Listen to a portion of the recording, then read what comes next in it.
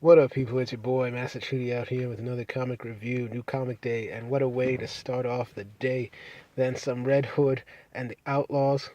And this issue, I keep saying that issues get me shook, but this issue really shook me. It's like it keeps doing it to you again and again. Red Hood and the Outlaws is that comic, man, and I tell y'all need to invest because Scott Lobdell is killing it. And of course, Dexter Soy, the man with his art. I'm telling you, this is great, but let's get into it. So, we got a nice little intro right here. We get a odd version of the Outlaws with the new squad of Artemis, Bizarro, Pup Pup, bam. And then we got the Creeper, but we also got Arsenal and Starfire together. And, they're going around doing their thing. This is a great splash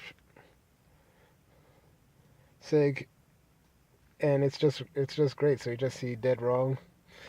Veronica Gandini's doing the colors. I'm happy. I hope she stays. I mean, I know she's probably gonna leave, but I hope she stays. But we just get this nice splash page of the Outlaws all together, and we just see all these intros. We see Bizarro and an improvement over the original Superman. Pup kind of hard to explain. That's funny. Artemis, Queen of the United Amazons. Red Hood, a reborn Robin with a second chance. Starfire, Rebel, Royalty, really awesome. Arsenal, everyone's best friend. Creeper, just kind of creepy. That's fine. So they're just fighting villains.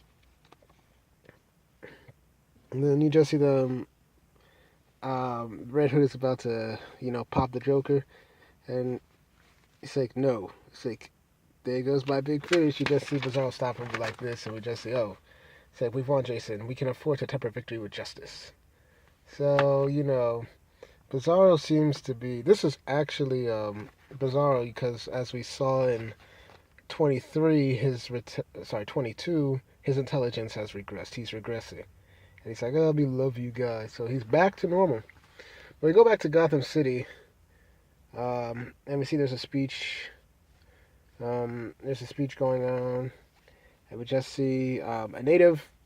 I believe the mayor is giving a speech, and he introduces the Penguin as a son of Gotham. And we just see, looking out at this crowd, I'm reminded of the words of my late father: never underestimate the power of a free meal. But seriously, it's like, for a small, socially awkward child, an abandoned waterfront provided sanctuary from the cruelty of my peers. I would imagine this place was a majestic playground. And we just see, as an adult, it's like, I entrust the people of this city with their hopes and dreams of that child, of our children. I think we all agree it's more than you deserve. And we just see them clapping, but of course we see a gloved hand. And then we just see an explosion, boom. And you just see Red Hood coming out like a boss. Look at him like a boss, and he just says like this, like Cobblepot, I was born here, in poverty, to a drug dealer and an addict. I was pulled from the streets by Batman. Recently, I promised him I would never kill again.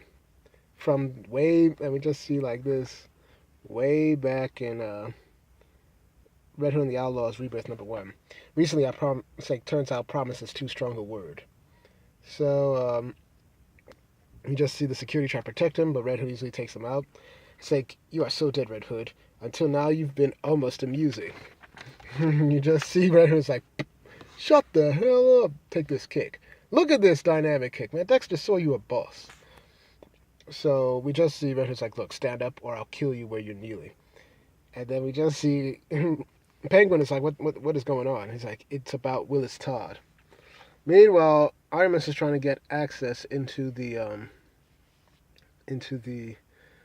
fortress, and she's like, for the first time in my life,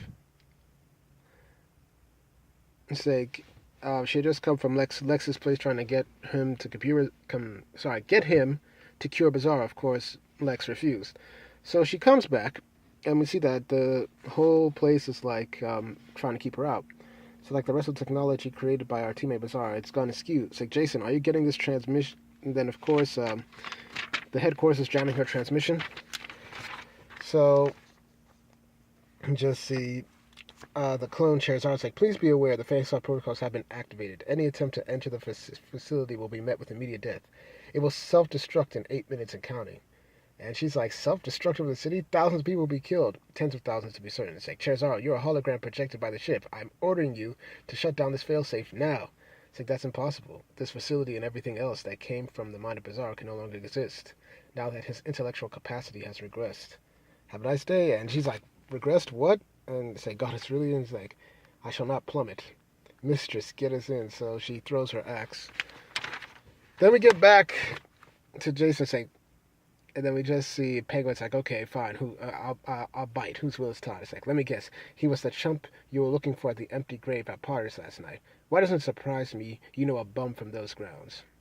And then Jason is like, he was my father, you sadistic toad. One of your hired goons. He worked for you and every other costume clown in this city. Yes, he sucked as a dad, even hard as a person, but he didn't have to go away to prison taking the heat for something you did. He lost everything because of you, and I lost him. And then Penguin is like, oh my god. It's like, this is too rich. You tossed away your secret identity, Batman's too by association, for a nobody? Wow, this for less than a nobody. So yeah, Jason kind of went a little bit emotional, and Penguin has a point. He probably could say, well, if this is Jason Todd, who picked up Jason Todd? Oh, Bruce Wayne, and Bruce Wayne must be Batman. So we just see him like this. Do you know how sick I am of this merry-go-round, the catch and release?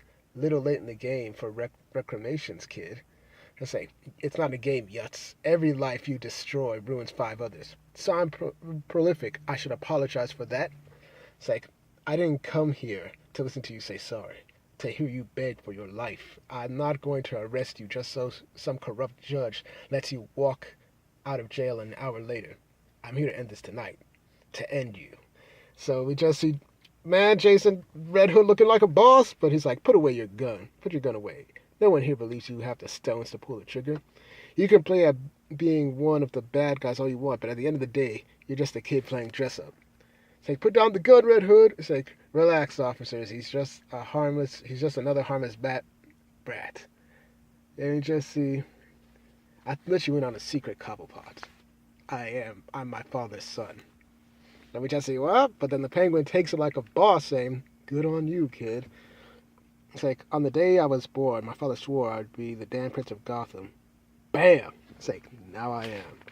Oh my gosh, he just shot Cobblepot.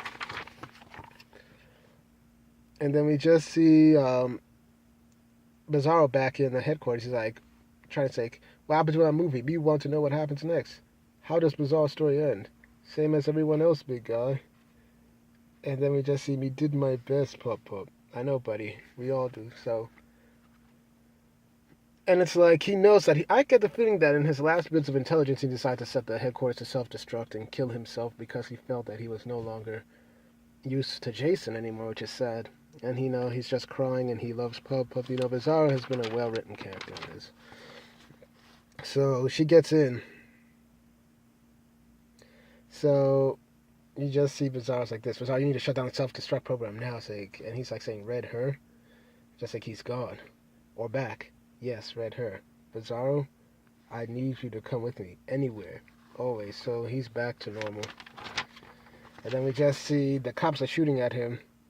You just see stolen unit heading south. Crime alley. All in pursuits. Pull over Hood. Armed and dangerous. So they lost him in an alley. And you just see Red is trying to contact Artemis and Bizarro. It's like, if you can hear me, I mucked up big time. It's like down here. And then we just see, my God. You just see the headquarters falling out of the sky over Gotham.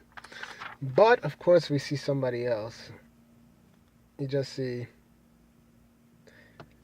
It was caught on TV. Bam! Moments ago, point blank, local, mogul, critical condition. So, Cobblepot may survive this, but he's pretty much dead. And we see Batman's like, They're just like saying, they're asking what they should do. And Batman, looking like that's like, tell them to stand down. I'll bring him in. It's like, Master Bruce, with all my heart, I'm sorry it has come to this. Then we just see the double-side epic 35 years in the making. We double dog dare you not to be back in 30 days for Over and Outlaws. Oh, my gosh, this was fantastic. This is a 10 over 10. I know I keep doing this and I keep saying the same things, but man, it's got me. And I recommend you get this book. Thank you, Lobdell and Soy. So I'm excited for 25. So Thank y'all for watching. Please like, share, and subscribe, and hit the notifications. Make sure you're notified. Once again, I do these reviews for you, the people, because I want to discuss good comics and get your views on them. Thank y'all for watching. I should have more videos up later today.